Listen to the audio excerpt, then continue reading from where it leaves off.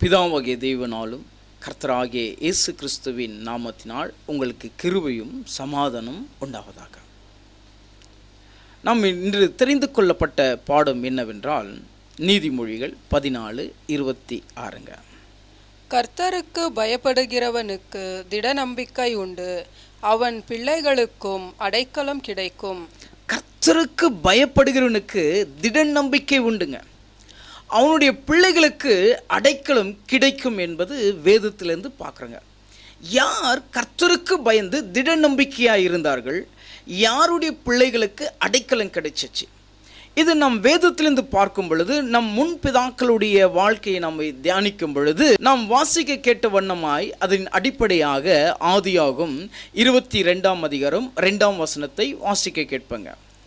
அப்பொழுது அவர், உன் புத்திரனும் உன் ஏகசுதனும் உன் நேசகுமாரனுமாகிய ஈசாக்கை நீ இப்பொழுது அழைத்து கொண்டு மோரியா தேசத்துக்கு போய் அங்கே நான் உனக்கு குறிக்கும் மலைகள் ஒன்றின் மேல் அவனை தகன பலியாக பலியிடு என்றார். உன் புத்திரனும் உன் ஏகசுதனும் உன் நேசகுமாரனுமாகிய ஈசாயை எனக்கு பலி கொடுக்க வேண்டும் என்பது தேவன் இந்த வார்த்தை மூலியமாக பேசுகிறதை நாம் கேட்கிறோங்க. நாம் என்ன வாசித்தை கேட்கும் என்றால், கர்த்தருக்கு பயப்படுகிறவனுக்கு திட நம்பிக்கை உண்டு, அவன் பிள்ளைகளுக்கோ அடைக்கலம் கிடைக்கும் என்பதை நாம் வேத வசனத்தை வாசித்த கேட்டங்க. அப்போது ஆபிரகாம் கர்த்தருக்கு பயப்படுகிறாரா, திட நம்பிக்கை உள்ள ஒரு மனுஷனாக இருக்கிறாரா என்பதை பார்க்கறதுக்காக தேவன் அவரை சோதிக்கும்படி அவருடைய பிள்ளையை ஏகசுதனாகிய ஈசாவை அவர் பலியாய் கொடுக்க சொல்கிறார்கள். ஆதியாகும் 22:7 வசனத்தை வாசிக்க கேட்பாங்க.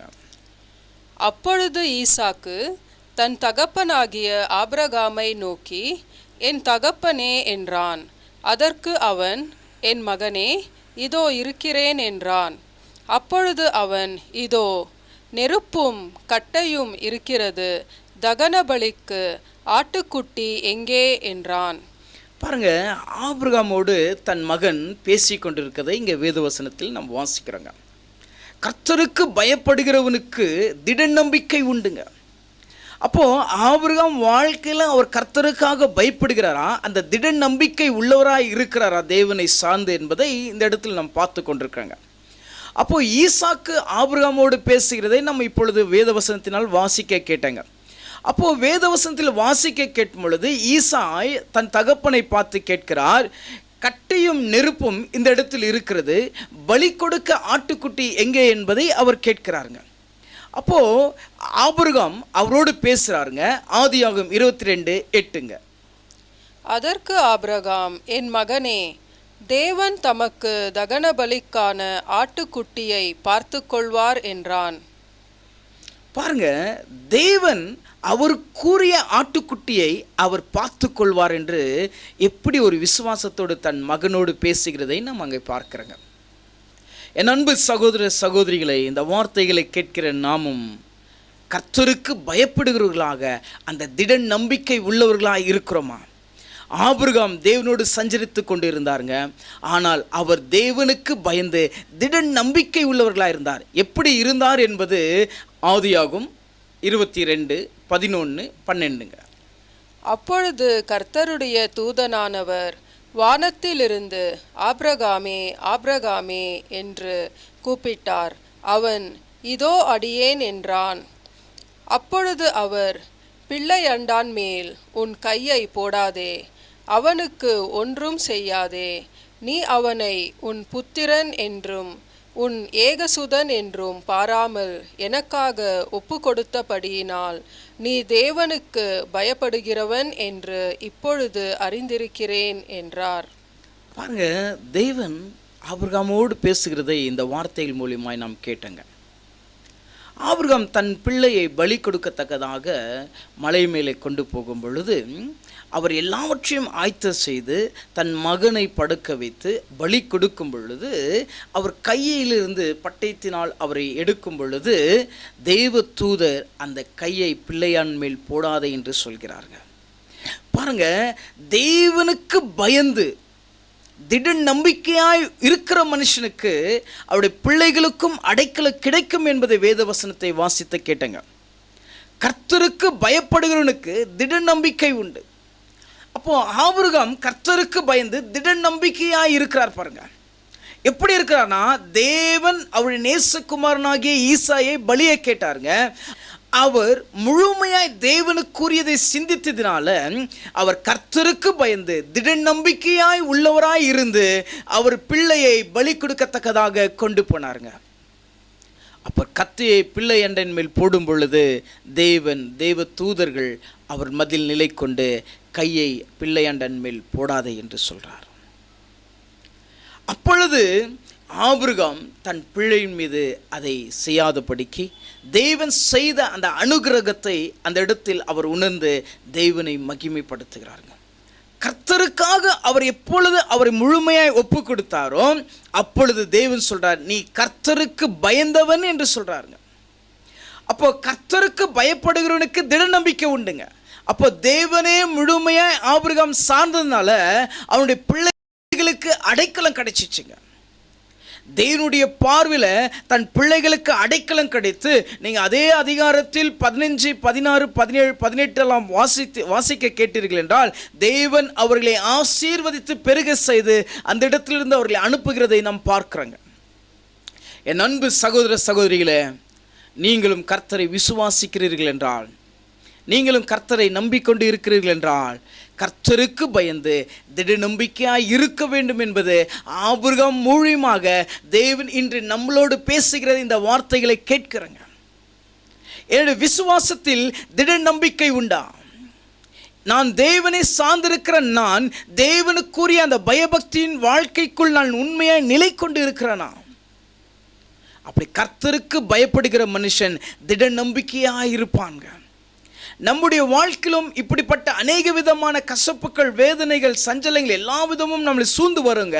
ஆனால் இது சூழ்ந்து வருகிற மத்தியில் நான் கர்த்தருக்கு பயந்து திட நம்பிக்கையாய் இருக்கிறேனா? நான் கர்த்தருக்கு பயந்து திட நம்பிக்கையாய் இருக்கிறேன் என்றால் என் பிள்ளைகளுக்கோ தேவனிடத்திலிருந்து அடைக்கலம் கிடைக்கும். ஆபிரகாம் கர்த்தருக்கு பயந்து திட நம்பிக்கையாக இருந்தாருங்க. அவருடைய பிள்ளைகளுக்கு தேவன் அடைக்கலத்தை கொடுத்தாருங்க. நாம் வாசிக்க கேட்பங்க சங்கீதம் 34:7. கர்த்தருடைய தூதன் அவருக்கு பயந்தவர்களை சூழ பாளையம் இறங்கி அவர்களை விடுவிக்கிறார். கர்த்தருடைய தூதன் ஆபிரகாமுடைய வாழ்க்கையில் இறங்கி கிரை செய்தாருங்க. யார் ஒருவன் கர்த்தருக்கு பயப்படுகிறானோ, பயப்பட்டு திட நம்பிக்கையா இருக்கிறானோ, அவனுக்கு கர்த்தருடைய தூதனானவர் பாளையம் இறங்கி அவனை விடுவித்து பாதுகாக்கிறவராக இருக்கிறாருங்க. என் அன்பு சகோதர சகோதரிகளே, கர்த்தருக்கு நீங்கள் பயந்து திட நம்பிக்கையா இருக்கிறீர்கள் என்றால் தெய்வ தூதர் உங்களை சூழ்ந்திருந்து பாதுகாப்பாருங்க. இது ஆபிரகாமுடைய வாழ்க்கையில் நடந்துச்சுங்க. நம்முடைய வாழ்க்கையிலும் உண்மையாய் ஆபிரகாமை போல விசுவாசத்தில் உண்மையாய் உறுதியாய் இருக்கிறோம் என்றால், நாம் தேவனுக்கு பயப்படுகிற விஷயத்தில் உண்மையாக இருக்கிறோம் என்றால், அன்று ஆபிரகாமோடு தெய்வ தூதர் பேசினதைப் போல இன்றும் நம்மளோடும் தெய்வ தூதர் வழி நடத்துகிறதை நாம் பார்க்க முடியுங்க. நாம் வாசிக்க கேட்போங்க சங்கீதம் 91:11. உன் வழிகளில் எல்லாம் உன்னை காக்கும்படி உனக்காக தம்முடைய தூதர்களுக்கு கட்டளையிடுவார். பாருங்க, ஆபிரகாம் நடந்து போகையில் அவர் குழந்தையை பலி கொடுக்கும் பொழுது தெய்வ தூதர் அவர்கள் மத்தியில் தோன்றி, நீ பிள்ளை அண்டான் மேல் கையை போடாதே என்று சொன்னாருங்க. நீங்களும் உங்கள் வழிகளெல்லாம் உன்னை காக்கும்படி உனக்காக தம்முடைய தூதர்களை கட்டளையிட்டு இருக்கிறாருங்க. அப்படிப்பட்ட மகிமையான தேவனை நீங்கள் விசுவாசிக்கிறீர்கள். அப்படிப்பட்ட மகிமையான தேவனுக்குள்ளே நீங்கள் நிலை கொண்டிருக்கீங்க. உங்களை காக்கும்படி தேவ தூதர் உங்களை கட்டளையிட்டு இருக்காருங்க. எப்போ அந்த கட்டளை நீங்கள் பெற்றுக்கொள்ள முடியும்னா, கர்த்தருக்கு பயப்படுகிறவன் திட நம்பிக்கையா யார் ஒருவன் அவரை சார்ந்திருக்கிறானோ அப்படிப்பட்ட மனுஷனுக்கு அவர் சொல்றாருங்க, உன் வழிகள் எல்லாம் உன்னை காக்கும்படி உனக்காக தம்முடைய தூதர்களை கட்டளையிடுவார். நீங்கள் கர்த்தருக்கு பயந்து திட நம்பிக்கையாக இருக்கிறீர்கள் என்றால் உங்களுடைய வழிகளெல்லாம் கர்த்தர் காக்கிறாருங்க. உங்களுடைய வழிகளெல்லாம் தேவன் உங்களை தெய்வ தூதர்கள் பாதுகாத்து உங்களை வழி நடத்துகிறார்கள். என் அன்பு சகோதர சகோதரிகளே, நாமும் கர்த்தருக்கு பயந்து அந்த உறுதியான நம்பிக்கையில் நிலை கொண்டிருக்கிறோமா? இதை நாம் தியானிக்க வேண்டியதாக இருக்கிறதுங்க. நம்முடைய விசுவாச பாதை எப்படி இருக்குதுங்க? நாம் தேவனுக்கு பயப்படுகிற காரியங்கள் என்னிடத்தில் எப்படி இருக்குதுங்க? தேவனை உறுதியாய் பற்றி கொள்கிற விஷயத்தில் நான் எப்படி இருக்கிறேங்க? தேவனுக்குரிய சிந்தையை நான் சிந்தித்து கொண்டு இருக்கிறேனா? தேவனுக்குரியதே என்னுடைய சரீரம் அவர் ஒப்புக்கொடு, என்னை முற்றிலும் அவரிடத்தில் ஒப்பு கொடுத்து நான் உண்மையாய் கனி கொடுக்கிறேனா? என் அன்பு சகோதர சகோதரிகளே, நாமும் ஆபிரகாம் போல உறுதியாய் கர்த்தரை பற்றி கொண்டு இருக்கிறோமா? நாம் வாசிக்க கேட்போங்க.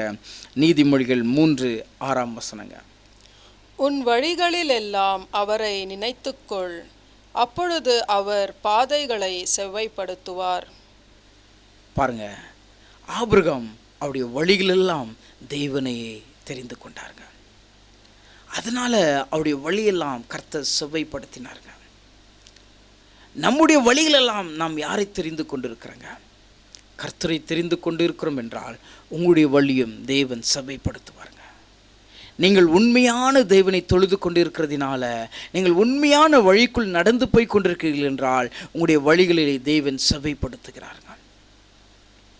அதை நாம் வாசிக்க கேட்டங்க. கர்த்தருக்கு பயப்படுகிறவன் திட நம்பிக்கையா இருக்கிறாங்க. அவனுடைய பிள்ளைகளுக்கும் அடைக்கலை கிடைக்கும். யார் ஒரு மனுஷன் கர்த்தருக்கு பயப்படுகிறவனுக்கு திட நம்பிக்கை உண்டுங்க. அந்த திட நம்பிக்கையில் இருக்கிற மனுஷனுக்கு அவருடைய பிள்ளைகளுக்கு அடைக்கலம் தேவன் கூட்டி கொடுக்கிறாருங்க. என் அன்பு சகோதர சகோதரிகளே, ஆபிரகாமுடைய வாழ்க்கையில் நாம் பார்த்தங்க. ஆபிரகாம் உண்மையாகவே கர்த்தருக்கு பயந்து அவர் திட நம்பிக்கையாக இருந்தாருங்க. இன்று நம்முடைய விசுவாசத்தில் நாம் எப்படி இருக்கிறோம்? கர்த்தருக்கு பயந்து அதே திட நம்பிக்கை உள்ளவர்களாய் நாம் இருக்கிறோமா? என்னுடைய விசுவாச பாதம் எப்படி இருக்கிறதுங்க? என் வழிகளெல்லாம் நான் அவரை அறிந்திருக்கிறேனா? நான் போகும் இடம், வரமிடம், உட்காரும் இடத்திலெல்லாம் நான் கர்த்தரே அறிந்து கர்த்தருக்குரியதை நான் சிந்தித்திருக்கிறேனா? நீங்கள் அவரே அறிந்து கொண்டு இருக்கிறீர்கள் என்றால் உங்கள் வழிகளை அவர் சபைப்படுத்துவார். இதை கேட்டிருக்க என் அன்பு சகோதர சகோதரிகளே, நீங்களும் விசுவாசத்தில் உண்மையாய் ஆபிரகாமை போல இன்னும் அதிகமாய் கனி கொடுக்க தேவன் உங்களை ஆசீர்வதிப்பாராக. பிதாவாகிய தேவனாலும் கர்த்தராகிய இயேசு கிறிஸ்துவின் நாமத்தினால் உங்களுக்கு கிருபையும் சமாதானம் உண்டாவதாக. ஆமென்.